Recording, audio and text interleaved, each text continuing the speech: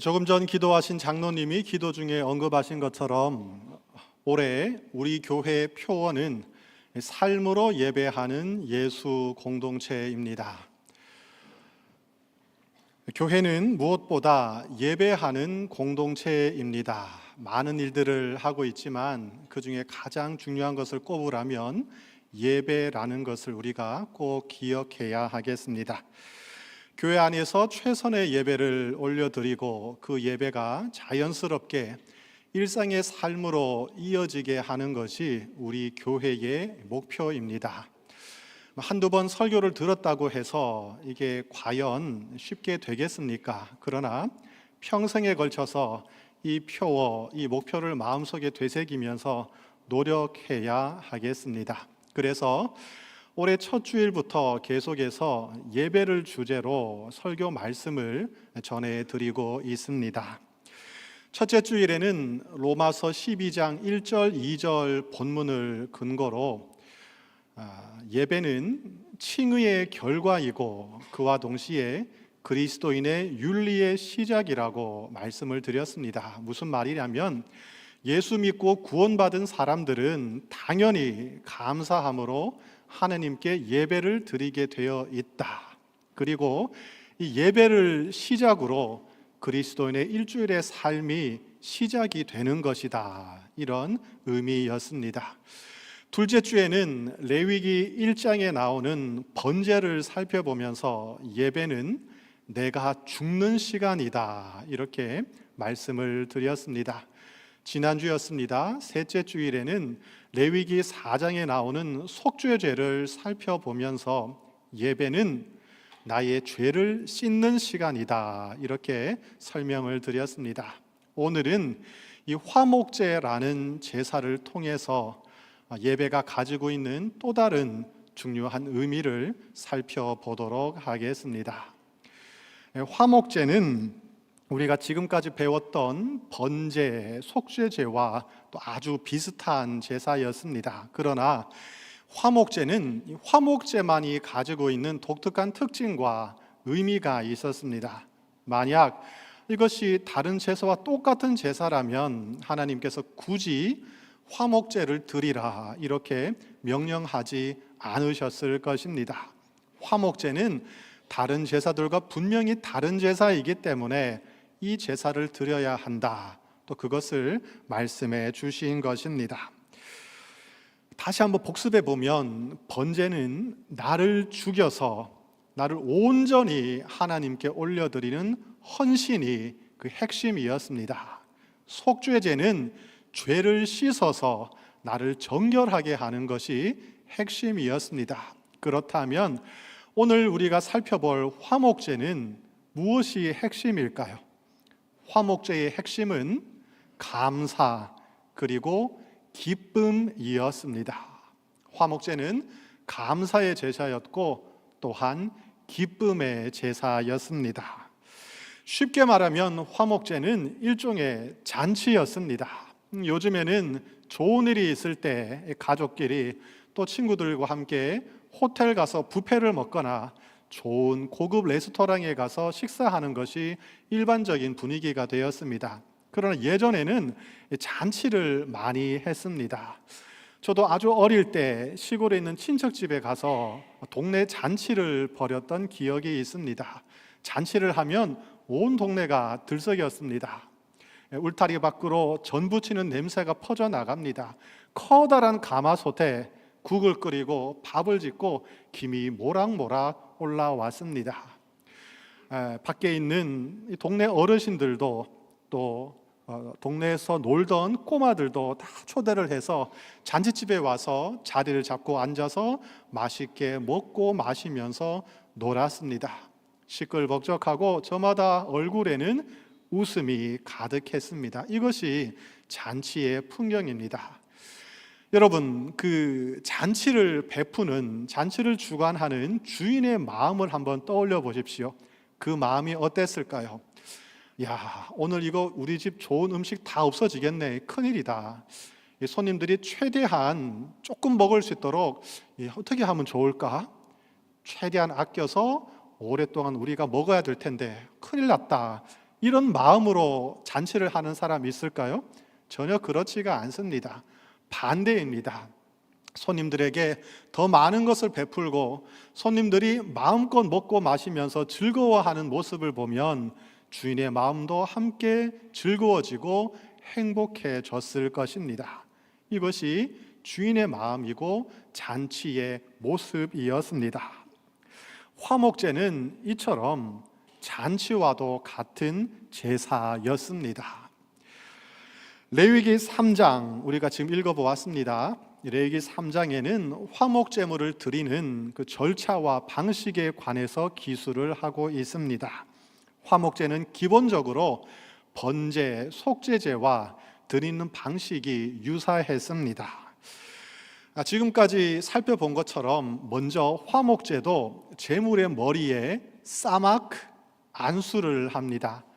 여러분, 오늘 사마크라는 단어를 제가 3번째 알려드립니다. 기억이 나십니까? 제물의 머리에 힘을 주어서 눌러서 안수를 하는 것입니다. 안수를 한 다음에는 짐승을 잡아서 피를 흘리게 만듭니다. 그리고 그 짐승을 번제단 위에 올려서 불태워서 하나님께 바쳤습니다. 오늘 본문 3장 3절과 4절에 이렇게 되어 있습니다. 속죄제와 아주 절차가 비슷합니다. 내장에 덮인 기름과 내장에 붙은 모든 기름과 두 콩팥과 또 거기에 있는 기름과 간에 덮인 꺼풀을 떼내서 불로 태워 드려라, 이렇게 기록이 되어 있습니다. 지난주에 살펴본 것처럼 고대 히브리 사람들은 짐승의 모든 부위 중에서 기름이 가장 중요한 부위라고, 좋은 부위라고 생각을 했습니다. 그래서 하나님께 기름을 드린다는 것은 최고 좋은 것을 구별해서 하나님께 드린다는 의미가 들어 있습니다. 콩팥은 어떤 의미였습니까? 고대 히브리인들은 이 콩팥에 인간의 감정과 의지와 양심이 들어있다고 생각을 했습니다. 그래서 하나님께 콩팥을 올려드린다는 것은 나의 온 마음과 정성과 최선을 다해서 하나님께 예배합니다 하는 의미가 들어있는 것입니다. 간을 드린다는 것은 또 무슨 뜻일까요? 간은 우리가 가진, 우리 안에 있는 장기 중에 가장 무거운 장기라고 알려져 있습니다. 크기도 크고 무겁습니다. 그러니까 간을 하나님께 드린다는 것은 하나님을 무거운 분, 비중 있는 분, 절대로 만만치 않은 참으로 존귀한 분이라고 우리가 생각을 하고 인정하고 대접을 한다는 의미가 들어있는 것입니다. 그러니 하나님의 말씀을, 하나님의 임재를 무겁게 받는다는 것입니다. 가볍게 듣고 가볍게 흘려버리는 것이 아니라 무겁게 비중 있게 내가 받습니다 하는 의미가 거기에 들어 있었습니다. 그런데 이 화목제는 비슷하면서도 번제나 속죄제와 다른 점이 있었습니다. 번제와 속죄제는 앞에 부분을 살펴보시면 반드시 수컷으로 제물을 삼아야 했습니다. 암컷은 드릴 수가 없었고 수컷만, 숫송아니든지 숫염소든지 수장이든지 수컷만 제물로 사용할 수 있었습니다. 그런데 오늘 본문 3장 1절에 보시면 화목제는 특이하게도 수컷이나 암컷이나 상관이 없었습니다. 그냥 구별 없이 하나님께 드리면 되었습니다. 이것은 하나님께서 제사의 문턱을 낮춰 주신 것입니다. 감사하는 마음만 있다면, 감사하는 준비만 되어 있다면 수컷이나 암컷이나 상관없이 자유롭게 하나님께 드려도 된다고 하나님께서 자유를, 좀 더 자유를 허락해 주셨습니다. 암수의 구별보다 중요한 것은 이게 암컷인지 수컷인지 그게 중요한 게 아니라 더 중요한 것은 제사하는 사람의 감사하는 마음이었습니다. 하나님은 그 마음에, 감사하는 마음에 더 집중하겠다는 말씀이었습니다. 그리고 이 제물을 드리고 나면 남는 부위가 있는데 이 남는 부위를 처리하는 방식도 화목제는 달랐습니다. 다시 한번 떠올려 볼까요? 번제는 어떻게 했습니까? 번제는 전부 다 태워드리는 제사였습니다. 제가 그때는 자세하게 설명을 안 드렸는데, 번제 중에 이 가죽, 제물의 가죽은 벗겨서 제사장에게 드렸습니다. 제사장은 다른 벌이가 없었기 때문에 그 가죽을 가지고 옷을 지어 입기도 하고 다른 용도로 사용했습니다. 그 외에 나머지 전부는 완전히 불태워서 불살라서 하나님께 남김없이 드려야 했습니다. 이것이 번제였습니다. 속죄제는 어떻게 했습니까? 속죄제는 일부분은 번제단위에서 태워드리고 남은 부위는 진영 밖으로 가지고 나가서 정해진 곳에서 완전히 불살라서 태워드렸습니다. 그런데 화목제는 독특합니다. 화목제는 일부분은 하나님께 태워서 올려드리고 나머지는 사람들이 먹을 수가 있었습니다. 이것이 화목제가 가지는 독특한 특징이었습니다. 오늘 7장 31절 32절에 보시면 읽지는 않았는데 이렇게 되어 있습니다. 그 제물의 남은 부위 중에서 가슴 부위는 제사장에게 주어라. 제사장의 몫으로 돌아가는 것이고, 그리고 나머지 모든 부분은 제사하는 사람이 다시 가지고 갔습니다. 이것이 화목제의 특징이었습니다. 레위기 7장에는 3장에 등장하지 않는 화목제에 대한 부연 설명이 기록이 되어 있습니다. 7장을 다 읽어보시면 화목제에는 크게 세 종류가 있었습니다. 전체적으로 화목제인데 안에 들어가 보면 세 가지 다른 종류의 화목제가 있었습니다. 먼저 감사제가 있었습니다. 감사제는 특별히 감사할 제목이 있을 때, 감사할 조건이 있을 때 올려드리는 화목제였습니다. 예를 들면 아기가 태어났다든지 결혼을 했다든지 시험을 잘 봤다든지 취직을 했다든지 사업이 대박이 났다든지 혹시 드물지만 복권에 당첨됐다든지 그러면 얼마나 감사하고 기쁘겠습니까? 그 감사와 기쁨을 하나님께 제사로 올려드리는 것, 이것이 감사제였습니다. 감사해서 드리는 화목제였습니다. 다음으로 서원제가 있었습니다. 서원제는 서원하면서 드리는 화목제였습니다. 요즘도 그런 경우가 있지만 고대 이스라엘 사람들은 하나님께 서원 기도를 자주 드렸습니다. 하나님, 저에게 아기를 허락해 주신다면 이 아이를 하나님의 종으로 바치겠습니다. 하나님, 우리나라가 지금 전쟁에 직면을 했습니다. 전쟁에서 이기게 해주신다면 전리품의 10분의 1을 하나님께 바치겠습니다. 창세기 28장을 읽어보면 형 에서를 피해서 도망을 치던 야곱이 베델이라는 곳에서 하나님께 서원하면서 이렇게 기도를 드렸습니다. 하나님, 저를 지켜주시고 안전하게 다시 집으로 돌아오게 해주신다면 저는 평생 동안 하나님을 나의 하나님으로 모시겠습니다. 지금 예배하는 이곳이 하나님의 집이 되게 하겠습니다. 저의 수입의 10분의 1을 하나님께 바칩니다. 이렇게 야곱은 서원하며 기도하며 제사를 드렸습니다. 바로 서원하며 드리는 제사가 서원제였습니다. 이 서원제는 감사를 미리 앞당겨서 드린다, 감사를 미리 앞당겨서 표시한다, 이런 의미가 들어 있었습니다. 마지막으로 자원제라는 화목제가 있었습니다. 자원제는 그냥 자원하는 심령으로 모든 것이 감사해서 하나님께 감사합니다 하면서 올려드리는 제사였습니다. 작년 11월 달에 우리 교회는 감사 나무를 만들고 거기에 감사 열매를 다는 행사를 진행했습니다. 제가 감사 열매를 읽어보았는데 거기에 보니까 범사에 감사합니다 하는 내용들이 적혀 있는 것을 보았습니다. 특별하게 뭐 한 가지만 구체적으로 언급하기는 어렵고 내 인생을 돌아보고 내 삶을 돌아보니까 하나님, 모든 것이 범사에 정말로 감사합니다 하는 그 감사의 마음이 마음속에 우러나와서 그냥 하나님께 감사하는 제사가 바로 자원제였습니다. 자, 지금까지 말씀드린 이 세 가지를 살펴보면 어떻습니까, 여러분? 감사제도, 서원제도, 자원제도 모두 다 감사와 연관, 관련해 있는 제사였습니다. 감사가 이 화목제의 핵심적인 내용이었다는 사실입니다. 그런데 이 감사제, 서원제, 자원제를 드릴 때 하나님께서는 아주 특별한 조건 한 가지를 달아 놓으셨습니다.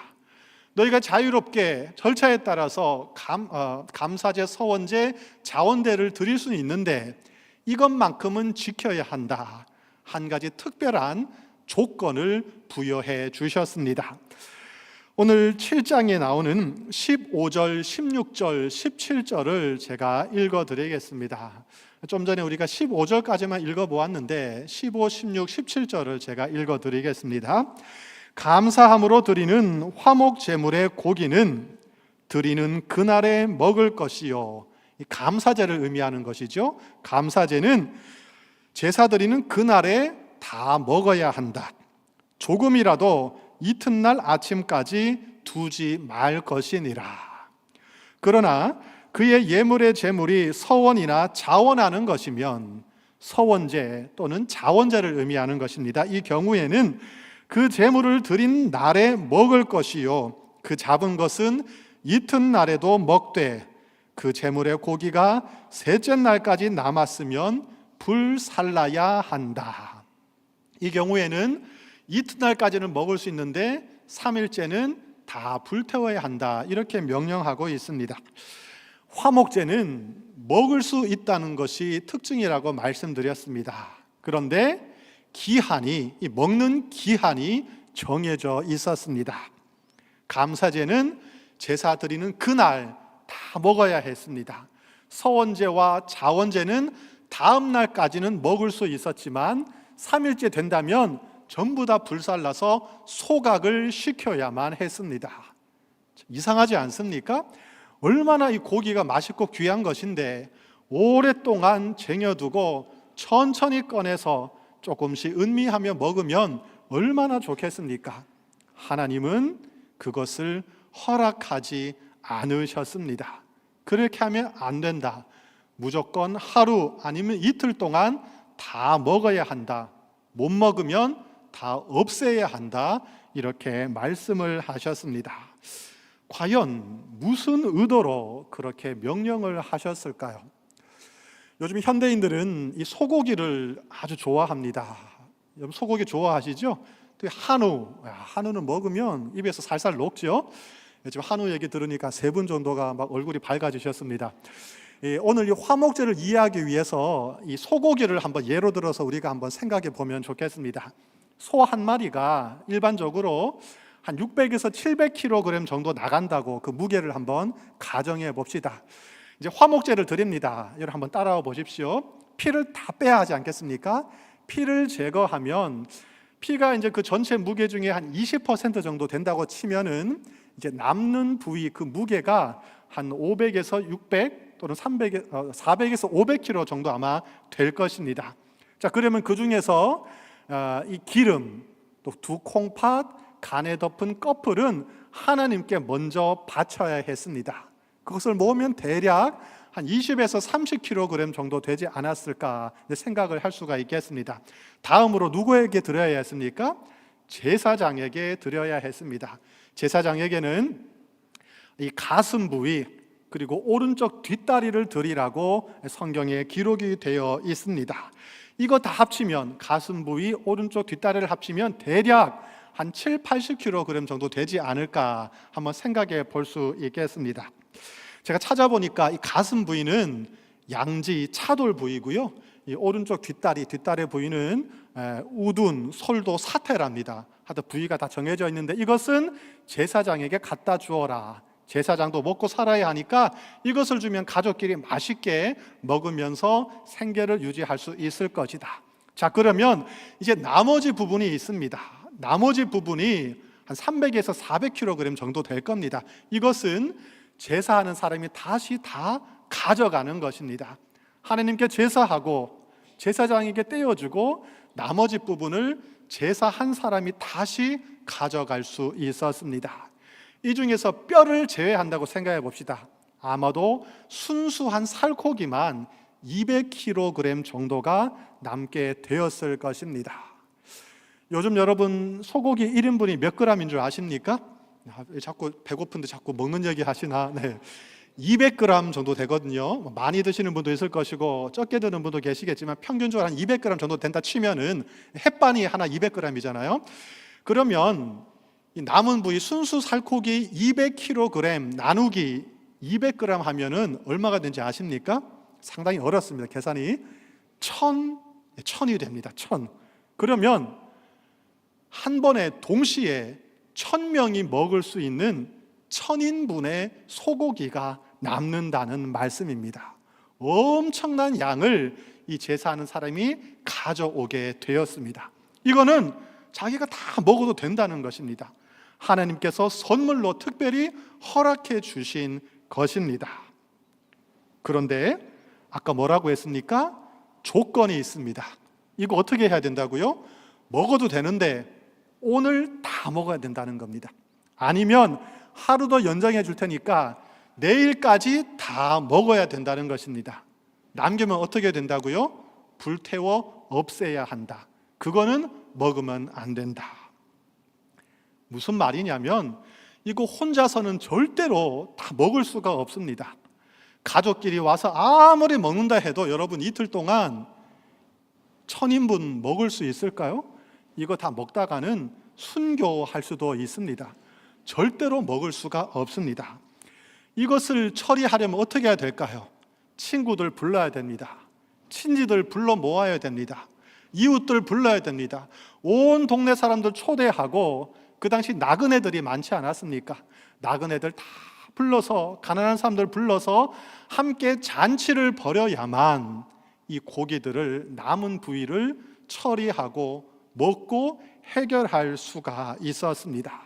그러니 하나님께서는 잔치를 벌여라, 함께 나누어 먹어라, 함께 기뻐하고 즐거워해라, 이런 말씀을 우리에게 하고 계시는 것입니다. 석인성사라는 사자성어가 있습니다.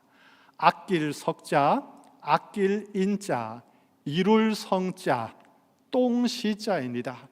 상당히 어려운 사자성어죠. 그런데 쉽게 말하면 아끼다가 똥 된다는 말입니다. 아끼고 아끼다가 똥이 될 것이다. 이것이 식인성시의 말입니다. 최근 어른 김장하라는 이 다큐멘터리가 사람들에게 인기를 끈 적이 있었습니다. 그 다큐멘터리를 찾아보면 이 김장하라는 분이 이런 말을 하셨습니다. 사람들에게 아주 회자가 되었었는데, 똥은 쌓아두면 구린내가 나지만 흩어버리면 거름이 되어 꽃도 피우고 열매도 맺습니다. 돈도 이와 같아서 주변에 나누어야 사회의 꽃이 됩니다. 참 일리 있는 말이다, 그런 생각이 들었습니다. 돈이든지 음식이든지 선물이든지 기쁨이든지 행복이든지 심지어 고통이든지 슬픔이든지 함께 나누어야 우리 인생은 더 행복한 인생이 되는 것이고, 우리가 살아가는 세상이 더 살맛 나는 세상이 된다는 것입니다. 화목제는 사람들과 함께 나누어 먹는 제사였습니다. 하나님께 감사한 마음으로 감사 제물을 올려드리면 하나님은 그 제사를 받으신 다음에 제사하는 사람에게 이렇게 말씀을 하십니다. 네가 드리는 그 감사의 마음, 감사 제물 내가 받았다. 내가 충분히 받았다. 이제 너는 그것을 다른 사람들과 함께 나누어라. 이렇게 말씀하시는 것입니다. 하나님께서는 우리가 하나님께 올려드리는 수직적인 이 제사, 수직적인 예배를 다른 사람들과 함께하는 수평적인 제사, 수평적인 예배로 확장을 시켜 주셨습니다. 예배는 하나님과 맺는 수직적인 관계와 옆에 있는 사람들과 맺는 수평적인 관계가 둘 다 올바르게 제대로 이루어져야만 하나님이 받으시는 온전한 제사, 온전한 예배가 될 수 있다는 것을 오늘 화목제를 통해서 우리에게 가르쳐 주고 계십니다. 화목제는 나 혼자 은혜 받고 나 혼자 감사하고 기뻐하다가 끝나는 그런 제사가 아니었습니다. 화목제는 하나님께서 나에게 베풀어 주신 그 복과 감사의 제목들과 기쁨과 행복을, 즐거움을 다른 사람들과 함께 나누는 제사였습니다. 이것이 바로 화목 제사였습니다. 그래야만 하나님께도 드리고 사람들과도 함께 나누어야만 화목제 제사가 완성이 될 수가 있었습니다. 이 화목제는 히브리어로 제바흐 쉘라임 이렇게 이름을 붙였습니다. 제바흐 쉘라임. 이 쉘라임이라는 단어는 여러분이 이미 알고 계시는 샬롬이라는 단어가 있는데 그 샬롬의 복수형입니다. 샬롬이 무슨 뜻인지 알고 계시죠? 평화, 화평이라는 뜻인데 이 샬람이 뭐냐면 화평이 풍부하다는 겁니다. 평화가 차고 넘친다는 것입니다. 여러분은 평화, 이 화평을 생각하면 어떤 기분이 드십니까? 평화, 화평은 억지로 하는 것이 아닙니다. 쫓기는 것이 아닙니다. 강제로 하는 것이 아니라는 의미이죠. 자발적으로 감사해서 기쁨으로 넉넉한 마음으로 넉넉한 성품으로 이렇게 베풀어주고 나누어주고 함께 누릴 때 우리는 그것을 평화라고 화평이라고 할 수 있습니다. 그러니까 화목제는 다른 말로 평화의 제사, 화평의 제사였습니다. 그러니까 이 화목제는 하나님과 평화롭게 된 사람들, 하나님과 평화를 누리는 사람들이 이제 옆에 있는 사람들과 다시 평화를 누리며 함께 평화 가운데서 친교하고 교제하고 삶을 나누며 드리는 제사였던 것입니다.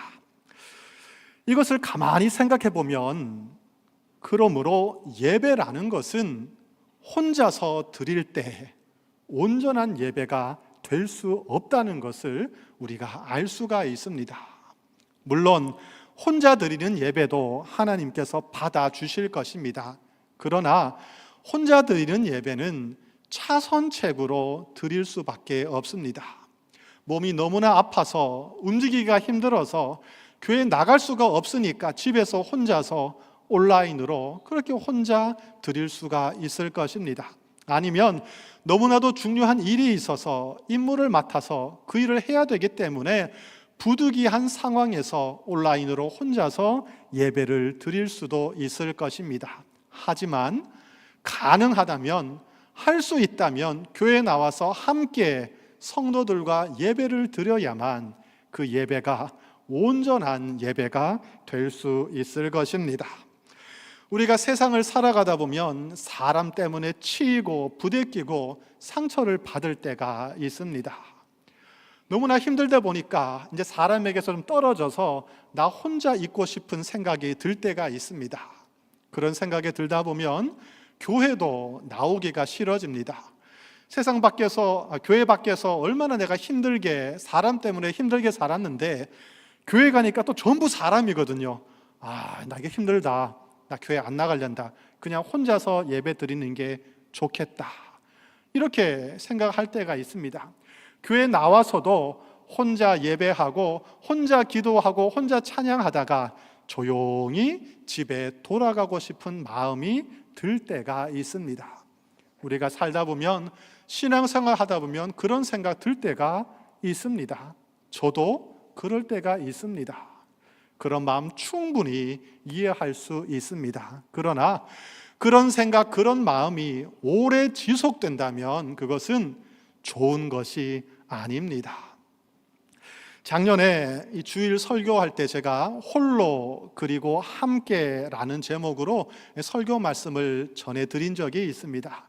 이 신앙이란 것은 신앙 안에는 두 가지 측면이 들어있다고 말씀을 드렸는데, 신앙은 홀로 하는 개인적인 측면이 들어 있습니다. 그런데 거기에 더 나아가서 신앙은 항상 공동체적인 성격이 들어있다는 것을 잊지 말아야 한다고 제가 그때 설명을 드렸습니다. 우리가 지금 함께 예배하는 이 시간이 정말로 소중하고 귀한 시간입니다. 아마도 우리는 사실 아마도가 아니라 분명히 교회에 나와서 함께 예배하지 못하는 시간이 우리에게 찾아오게 될 것입니다. 지금은 이렇게 함께 예배하고 있지만 언젠가 우리는 정말로 교회에 나가서 함께 예배하고 싶은데 도저히 그렇게 할 수 없는 시간을 직면하게 될 것입니다. 그럴 때 우리는 오늘 이 예배하는 시간을 떠올리면서 그때 너무나 좋았는데 그때를 그리워하며 하나님께 안타까운 마음으로 기도하고 있을지도 모를 일입니다. 저 북한 땅에는 지금도 지하교회에서 홀로 하나님께 기도하며 찬송하며 예배하는 사람들이 있습니다. 그들은 성도들과 가족들과 정말로 자유롭게 함께 예배할 그날을 간절히 손꼽아 기다리고 있을 것입니다. 하나님, 나도 함께 예배하고 싶습니다. 언제 그날을 허락해 주실 것입니까? 눈물로 호소하며 기도하고 있을 것입니다. 우리는 그 소중한 이 시간을 그냥 방치할 때가 있습니다. 우리가 함께 모여 있고 함께 예배하는 이 시간이 얼마나 소중하고 귀한 시간인지 다시 한번 생각하고 감사할 수 있었으면 좋겠습니다. 우리는 삶으로 예배하는 예수 공동체입니다. 여기서 공동체라는 단어를 꼭 기억하십시오. 교회는 공동체입니다. 신앙생활은 함께 하는 것입니다. 화목제는 하나님을 우리들의 중심에 모시고 중심에 계신 하나님 주위로 둘러 앉아서 함께 이야기를 나누고 함께 교제하고 서로 위로하고 격려하며 함께 살아가는 제사입니다. 다시 한번 말씀드리겠습니다. 화목제는 우리들의 중심에 하나님을 모시고 중심이신 하나님 주위로 함께 둘러 앉아서 원을 그리고 앉아서 옆에 사람과 오손도손 이야기 나누고 손을 잡아주고 함께 먹고 마시고 교제하고 위로하고 격려하며 함께 살아가는 것, 이것이 화목제라는 사실을 꼭 기억하시면 좋겠습니다. 무슨 말이냐면 우리가 다른 사람들과 가지는 친교, 교제, 이 나눔도 예배의 연장이라는 말씀입니다. 우리는 예배를 생각하면 하나님께 올려드리는 이 수직적인 예배를 생각할 때가 많습니다. 맞는 말씀입니다. 사실 세상에 많은 사람들이 하나님께 올려드리는 이 예배도 잘 드리지를 않습니다. 교회에 나와서도 온전한 마음으로 하나님께 잘 예배하지 않습니다. 그러다 보니까 계속해서 강조하는 것이죠. 하나님께 온 마음으로 똑바로 제대로 예배해야 합니다. 계속해서 반복해서 가르치는 것입니다. 그러나 성경이 말하는 예배는 거기에서 끝나지가 않습니다. 이 예배가, 교회 안에서 하나님께 드리는 이 예배가 이제 삶으로 이어지고 사람들에게로 이어져서 함께 먹고 마시고 교제하고 친교하고 삶을 나눌 때 하나님이 받으시는 온전한 예배가 된다고 성경은 계속해서 우리에게 가르쳐 주고 있습니다. 하나님께 예배하고 하나님께 감사한다고 해서 사람들과 나누지 않는다면 그것은 온전한 화목제가 될 수 없다는 말씀입니다. 하나님께서 여러분에게 정말로 복을 주셨다면, 여러분이 정말로 하나님께 은혜를 받았다고 생각이 되신다면, 그래서 마음속에 정말로 하나님을 향한 감사의 마음이 우러나신다면 그 복을, 그 은혜를 그 선물을 여러분 혼자서만 간직하지 마시고 옆에 있는 사람들과 함께 나눌 수 있기를 부탁드립니다. 그래야 하나님이 받으시는 온전한 예배가 되는 것입니다. 오늘 말씀드리는 화목제는 분명한 메시지가 있습니다. 이 예배 안에는, 우리가 지금 드린 예배 안에는 다양한 의미 요소가 들어 있습니다. 번제의 의미도 들어 있죠. 하나님께 온전히 나를 올려드리는 헌신의 의미도 들어 있습니다. 속죄제의 의미도 들어 있습니다. 예수 그리스도의 보배로운 피로, 십자가 은혜로 나의 모든 죄를 다 씻어버리고 깨끗해지고 정결하게 된다는 의미도 들어 있습니다. 예배는 화목제의 의미도 들어 있습니다. 하나님께 정말로 감사하고 하나님 앞에서 기뻐하는 것입니다. 그러나 혼자서 하는 것이 아니라 함께 하는 것입니다. 하나님의 사랑받는 형제 자매들이 함께 모여서 함께 있고 거기서 그치는 것이 아니라 함께 기쁨을 나누며 서로를 섬길 때 하나님께서 바라시는 진정한 온전한 예배가 될 수 있습니다. 옆에 있는 형제 자매들과 반갑게 인사를 나누고 악수를 하고 안부를 묻고 따스한 마음으로 서로를 정성껏 대접할 때 진짜 예배가 될 수 있을 것입니다. 여러분, 예배 마치면 어떻게 하면 좋을까요? 바로 팍 나가도 좋겠죠. 네, 뭐 그것도 좋습니다. 예배 안 하는 것보다 훨씬 좋습니다. 저마다 다 사정이 있습니다. 그러니 우리가 억지로 웃으면서 억지로 할 필요는 없겠습니다. 그러나 내 마음속에 감사가 넘친다면, 정말로 은혜가 있다면, 하나님께서 나에게 복을 주시고 은혜를 베푸셨다는 생각이 정말로 드신다면 한번 용기를 내보십시오. 그냥 나가지 마시고 옆에 있는 성도들과 인사도 하시고 안부도 물어보시고 또 손도 한번 잡아주시고 또 일상의 삶 속에서 가족에게, 친구에게, 친구들에게, 성도들에게, 이웃들에게 내가 받은 그 복을 흘려보내고 기쁨을 함께 나눌 수 있기를 부탁드립니다. 이것이 화목제, 예배라는 말씀입니다. 이번 한 주간 오늘 말씀을 기억하시면서 온전한 화목제를 드려보시는 복된 한 주간 되시기를 축복합니다. 기도하겠습니다. 하나님 아버지, 우리의 예배가 오직 하나님께 드려지는 거룩한 예배가 되기를 기도합니다. 그러나 하나님께서는 우리가 함께 예배하고 함께 기뻐하고 은혜를 함께 나눌 때 온전한 예배가 될 것이라고 가르쳐 주셨습니다. 하나님, 우리가 함께 하는 일에 더욱더 열심을 낼 수 있도록 도와주시옵소서. 단지 함께 하는 것을 넘어서서 은혜를 나누고 복을 나누고 삶을 나누고 기쁨을 나누는 예수 공동체가 될 수 있도록 도와주시옵소서. 이번 한 주간도 또 나아가서 우리 평생에 하나님이 받으시는 화목제의 삶을 살아갈 수 있도록 인도하여 주시옵소서. 예수님의 이름으로 기도드립니다. 아멘.